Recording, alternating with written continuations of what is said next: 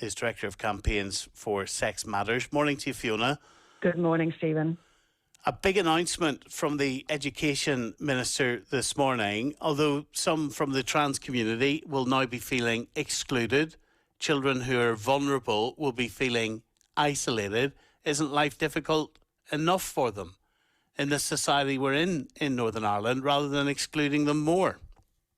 Well, no one's excluded because everyone has a sex. Everyone is either male or female. So there is always a facility. And I think this is a very welcome announcement because, as the Minister said, he has to think of the interests of all the children in the school. And I think it's unkind to lie to any child, whether that child thinks they're the wrong sex or whether it's a classmate that they're being lied to about. That is unkind, and it sets a terrible example. So the basis of what goes on in schools has to be reality. Fiona. Who's doing the lying? They're being lied to. They're being lied to if someone who's a boy is being represented to other children as a girl. So when you use the term trans children, we're talking about being represented. That individual is representing themselves, their own gender, who they want to be, how they feel about themselves, aren't they?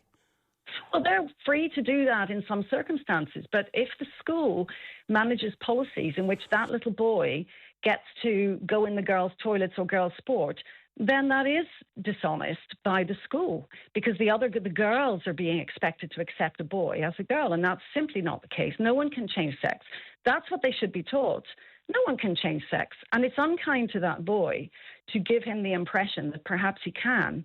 So, everyone has to be treated with care and compassion, everyone, but indulging a false belief that you can change sex is really setting that child up for severe disappointment later on. And so it's really not the kind thing to do. And it's a safeguarding risk to let the idea of sex get so mixed up in schools that people can no longer trust their own eyes. That's not sensible either. And have you tried to understand what it feels like to be in the wrong body? Why do you think transgender children do what they do? Because it's not for an easy life, is it? Well, so why do you think they do it? Yeah, and the CAS review has, and indeed the Gender Identity Service has done quite a lot of work to explain the different factors. So, for example, being same-sex attracted is a very high factor. Little boys and girls don't have a sexual orientation. They're not at that stage. But it's very common for boys who grow up to be gay to have been gender non-conforming when they're young. So if you have a little boy who does things that other people think are girly, it's really unkind to tell him that means there's something wrong with him. He's not a boy. He may simply grow up to be gay. There are other factors, Stephen, as you may know. Autism is highly overrepresented among children who think they're the other sex, by a factor of 10. Having adverse childhood experiences massively overrepresented. That means losing a parent or having experienced sexual abuse, a whole host of things that, having been taken into care. All of those factors are shown in the data, the profile of children who think they're trans. And so that's why those children need compassion and care, but they don't need an affirmation of a false belief. I know Alexa Moore from the Rainbow Project is listening to this. Alexa, I want to give you an opportunity to respond. Yeah, I mean, look, we've gotten so far away from the actual point of the topic, is that there are young people out there in school right now who are not feeling safe, not feeling supported. And, Fiona can say whatever that she is entitled to her belief. And it's clear that she doesn't believe that people can be trans or can transition. And that's... The reality is that there are trans people in school around Northern Ireland right now. They need support.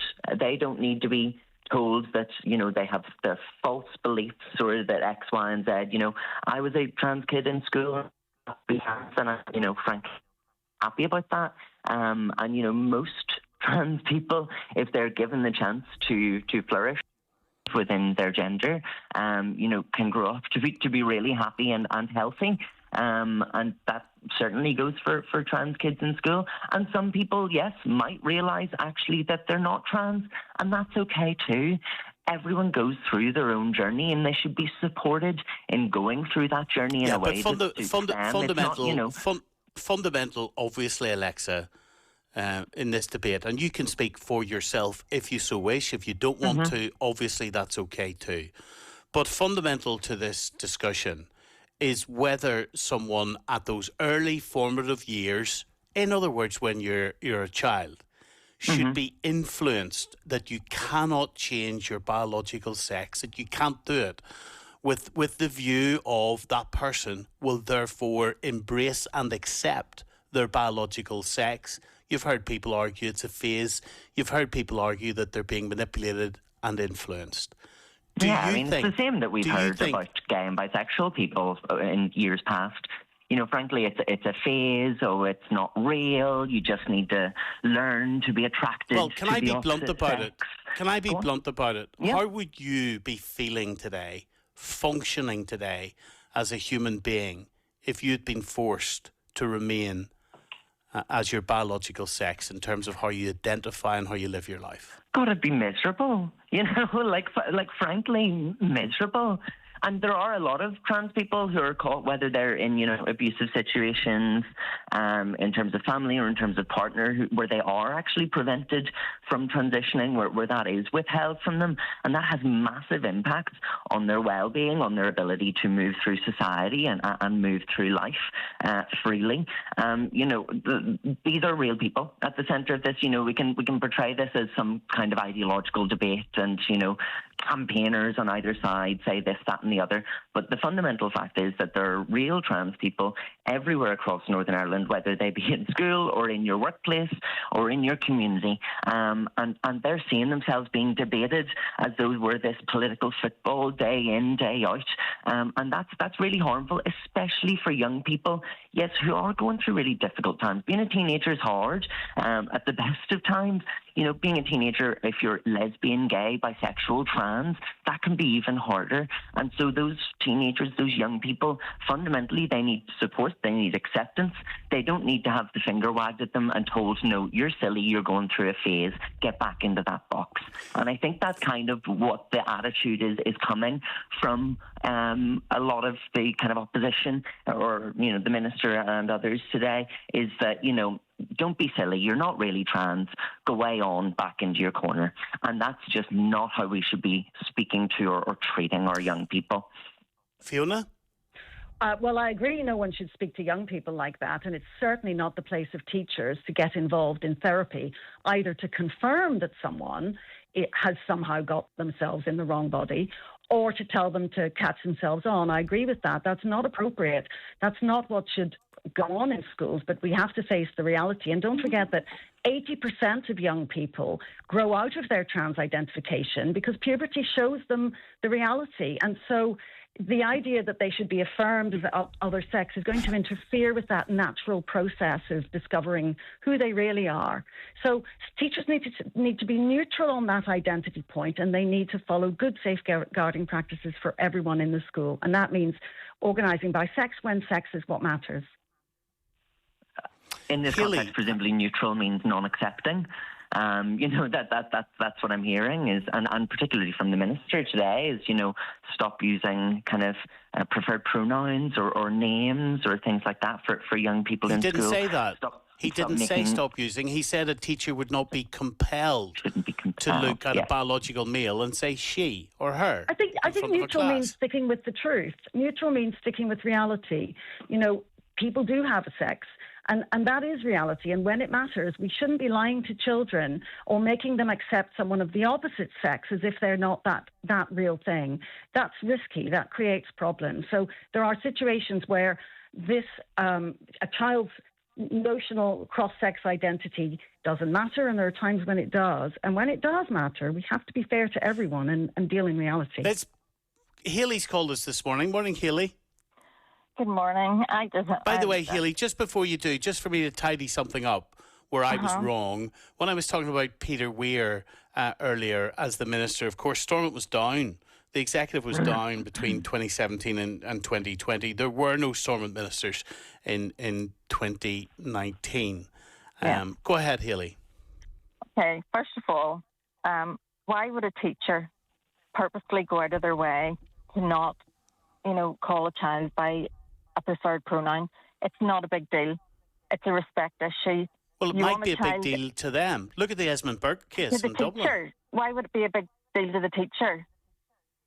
Because they may be of a view that you cannot change your biological sex. They may be of a view that it is wrong in a classroom, in an all-male school, to be referring to someone as female. Right, okay. In my experience, and this is my personal experience, I have known of 2 transgender children.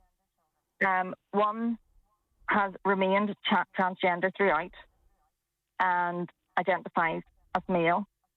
The loveliest person you will ever meet. The other one identified as male as well, used accessible toilets, did not use changing rooms. But what about that transgender woman, that transgender female pupil, born a biological male, insisting on using a female changing room? Do you think that should be allowed? But they didn't. This is the thing. Well, these 2 people didn't, but do you think it should be allowed? No, I think there should be alternatives. There should be accessible toilets. There should be accessible changing areas. There's other ways around it. I mean, and that's what the Minister, Paul Given, has essentially said this morning, but he is banning biological males, obviously the other way around too, biological males entering a biological female space. Do you agree with that? I don't think they ever did. I'm sorry, not in schools. I don't think they ever did. I think they would have used accessible. See, this whole treating children the same. Children are not the same. They are not the same. Reasonable adjustments can be made, in cases. Do you think biological males should be allowed to play in biological female sports teams? No, I don't. Why not? Because there's an advantage. See, that's a different thing altogether. I'm talking about toilets. I'm talking about schools. When it comes to sports, that's a different issue. The other thing I would say, you never ever see, or I've never seen, a transgender man playing on a male team. It's always the other way about. Well, I have heard of and spoken about cases like that. Hayley, thank you very much. Alexa, thank you. Fiona, thank you. The Minister, Paul Given, announcing on this programme this morning. You can hear the interview again on BBC Sounds. It'll be there.